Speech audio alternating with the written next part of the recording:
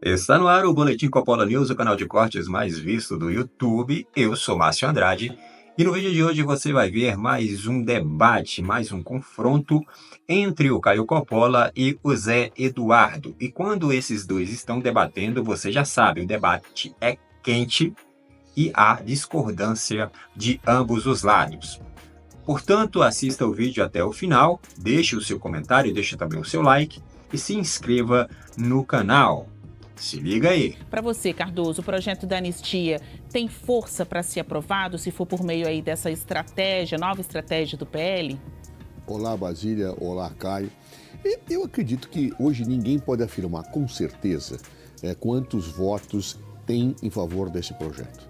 A sensação que me passa é que não tem o tal dos 309 votos. Senão não estariam fazendo essa situação da urgência, que é justamente para viabilizar, primeiro, um cálculo dos votantes. Segundo, apressar, acelerar a tramitação. Portanto, é difícil dizer. Eu acho que talvez nem mesmo as lideranças saibam exatamente qual o número de pessoas que estarão alinhados com a posição dos próprios partidos.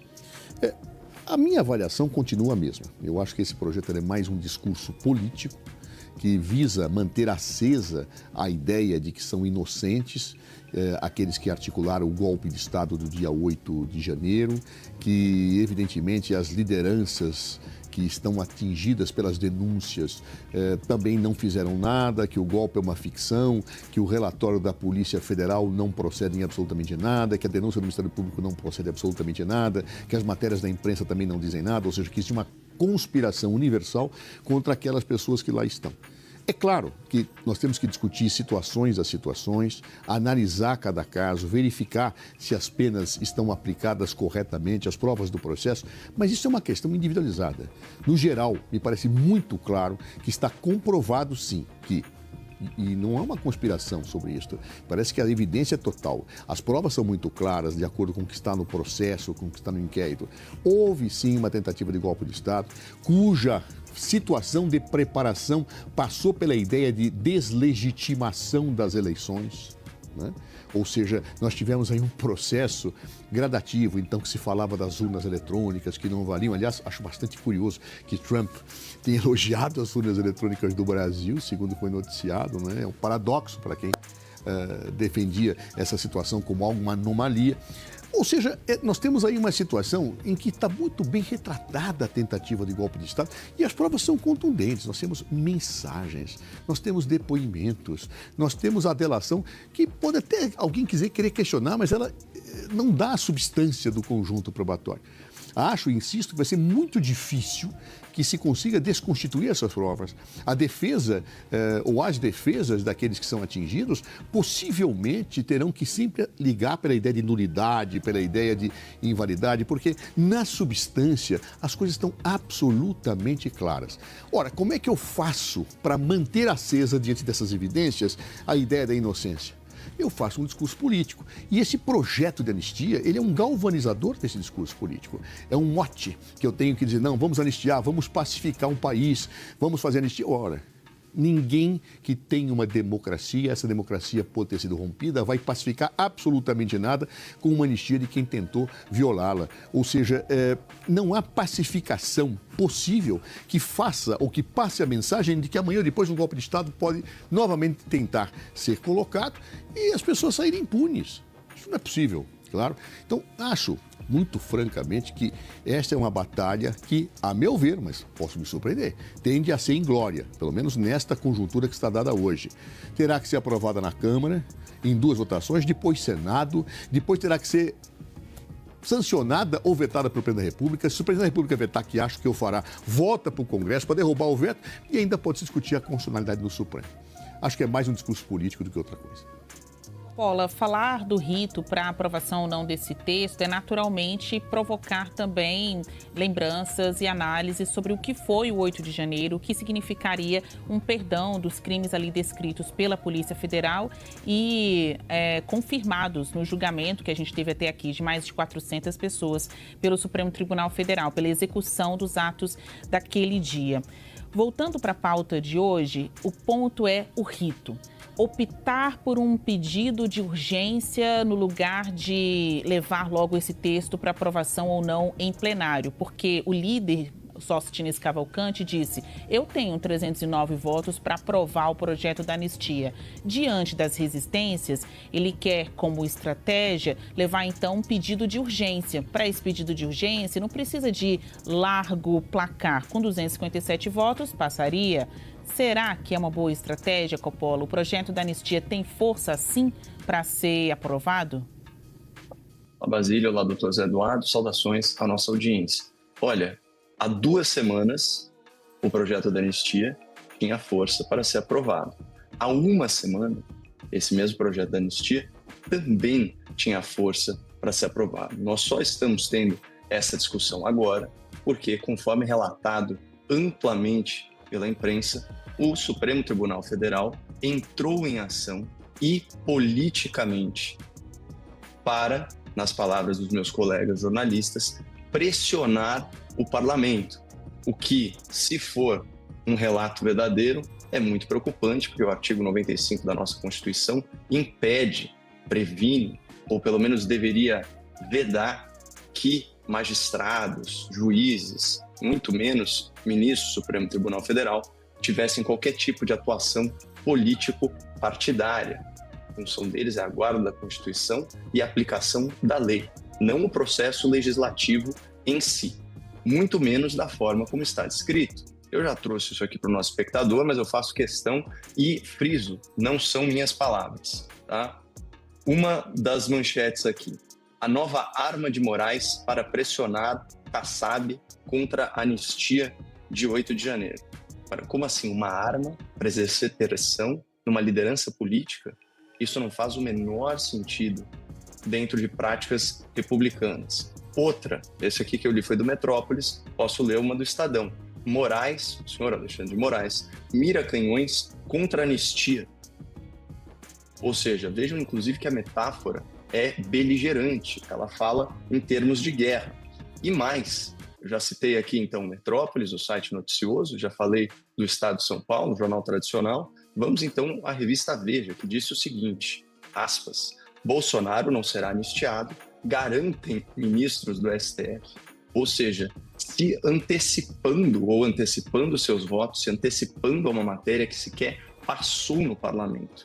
Magistrados montaram um arsenal de teses jurídicas para derrubar eventual benefício ao ex-presidente. Ou seja, aqui já há uma combinação, né, para atacar as prerrogativas de um outro poder. Bom, o que mudou? Vejam só que curioso, no dia 23 de março, eu estava vendo aqui, o jornal O Estado de São Paulo, ele fez um levantamento, ele entrevistou, doutor Zé Eduardo, mais de 80% dos parlamentares da Câmara Federal. Imagina que laborioso, né, entrar em contato com todas essas assessorias. E, naquela época, o Estadão publicou que já havia 194 votos favoráveis, não apenas à anistia, mas também para a solicitação do pedido de urgência, o que já seria suficiente para solicitar o pedido de urgência. Lembrando que, nesse caso, bastaria que o parlamento tivesse um quórum, né, ou seja, uma quantidade de deputados presentes de 257 membros, para que, por maioria simples, essa votação fosse aprovada. Então, quando a gente está falando de uma realidade 2 semanas atrás, isso tinha muita chance de prosperar, especialmente considerando que o presidente da casa, que é o responsável último por pautar essas questões, ele está flagrado, filmado, né, afirmando categoricamente que o 8 de janeiro não pode ser enquadrado como golpe. Ele definiu isso mais como uma manifestação aí de baderneiros e de vândalos inconformados com o resultado eleitoral. Esse era o quadro antes, Basílio. E aí depois, o que aconteceu? Não só o Supremo Tribunal Federal reagiu, como reagiu inclusive mudando sua própria jurisprudência. Então o Supremo Tribunal, ele avocou para si, certo? Processos que estavam na primeira instância, mudando seu entendimento sobre o foro privilegiado. Antes o foro acompanhava o cargo.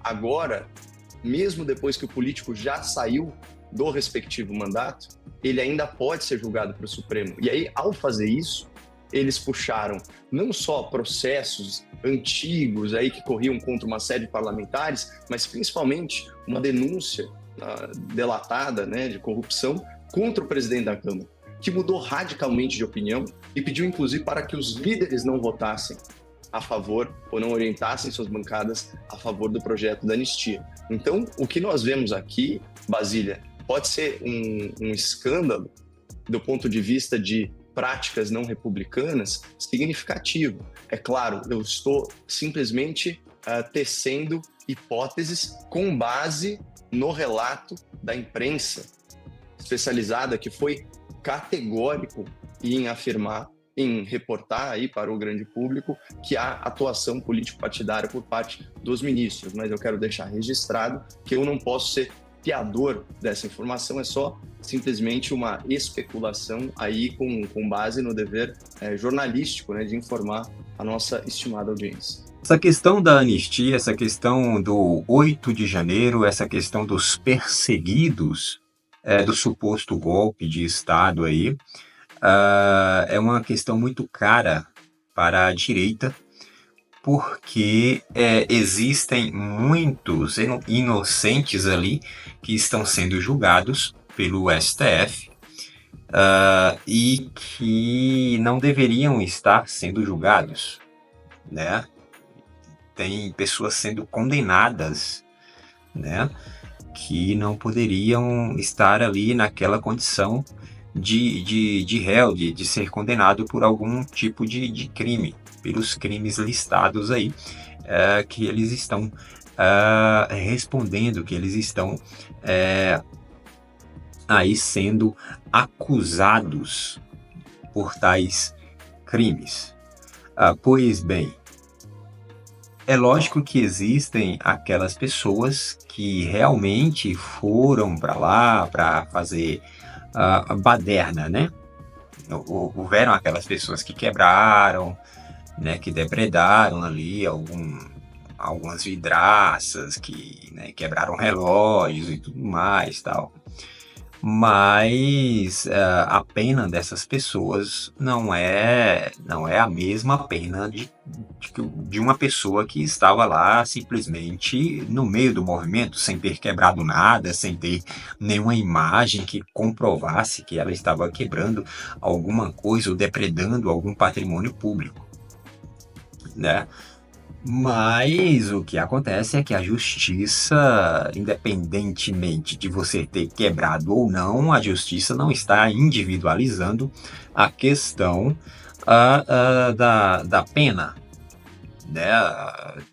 Está colocando todo mundo em um pacote, né? E estão aí dando penas exageradas, né? O relator Alexandre de Moraes, ele é que está conduzindo aí, né, todo esse processo aí do suposto golpe, e aí está dando essas penas exageradas para essas pessoas. E assim, são penas que até mesmo aquelas pessoas que, sei lá, que depredaram, que quebraram alguma coisa, são penas muito, né, exageradas, muito aumentadas para uma pessoa que quebrou uma vidraça, por exemplo, né? Então, por exemplo, a Débora, a que pichou lá a estátua com batom, ela pegou 14 anos, né? Aí depois vieram atrás aí e deram aí a prisão domiciliar para ela. Mas, a princípio, foi dado 14 anos, o Alexandre de Moraes deu 14 anos para ela, né? Com o aval ali do Flávio Dino também. Então, são exageros. Tem pessoas que pegou o quê? 17 anos de prisão e que estão presas, né? Aquelas que estão saindo por algum motivo, elas estão com tornozeleira. A Débora, por exemplo, que foi para casa, né, muito por conta de toda uma comoção que houve nas redes sociais e tudo mais, tal, para que ela voltasse para casa para rever os filhos, ela vai estar com a tornozeleira, com certeza, sem sombra de dúvidas. Então, são questões que deveriam ser, essas penas, elas deveriam ser individualizadas, né, para cada pessoa. Mas como é muita gente, então é aquela coisa, né? Você pega todo mundo, coloca dentro coloca dentro do mesmo círculo ali e manda ver, né? Estipula ali uma sequência de penas, e todos que estavam envolvidos ali naquela manifestação do dia 8 estarão infringindo aqui, estão dentro desse escopo de crimes aqui que o Supremo, que o STF, que o Alexandre de Moraes imagina que houve ali no 8 de janeiro. Então essas pessoas, elas estão sendo, muitas delas estão, a maioria ali, estão sendo injustiçada. Porque isso fica muito óbvio, né? São penas que não deveriam estar sendo estipuladas da forma que estão, né? Você vê traficantes serem soltos aí e tudo mais, né? Homicidas, enfim. E aí essas pessoas que não são traficantes, que não fez mal a ninguém, só o único crime que cometeram foram depredar alguma coisa, aí estão aí com essa pecha de criminosos, com essas penas exorbitantes. Vamos ver se esse processo de anistia de fato, né, se esse projeto de anistia de fato vai passar lá no Congresso. Esperamos que tenhamos e que principalmente os presos do 8 de janeiro tenha êxito aí, a oposição tenha êxito lá no Congresso, para que esse projeto seja pautado o mais rápido possível e que seja aprovado pela Câmara dos Deputados. Depois vai para o Senado e aí vamos ver o que é que vai dar lá no Senado. Mas primeiro tem que ser na Câmara. É isso, se inscreva no canal, deixa o seu comentário e deixa também o seu like. Até breve.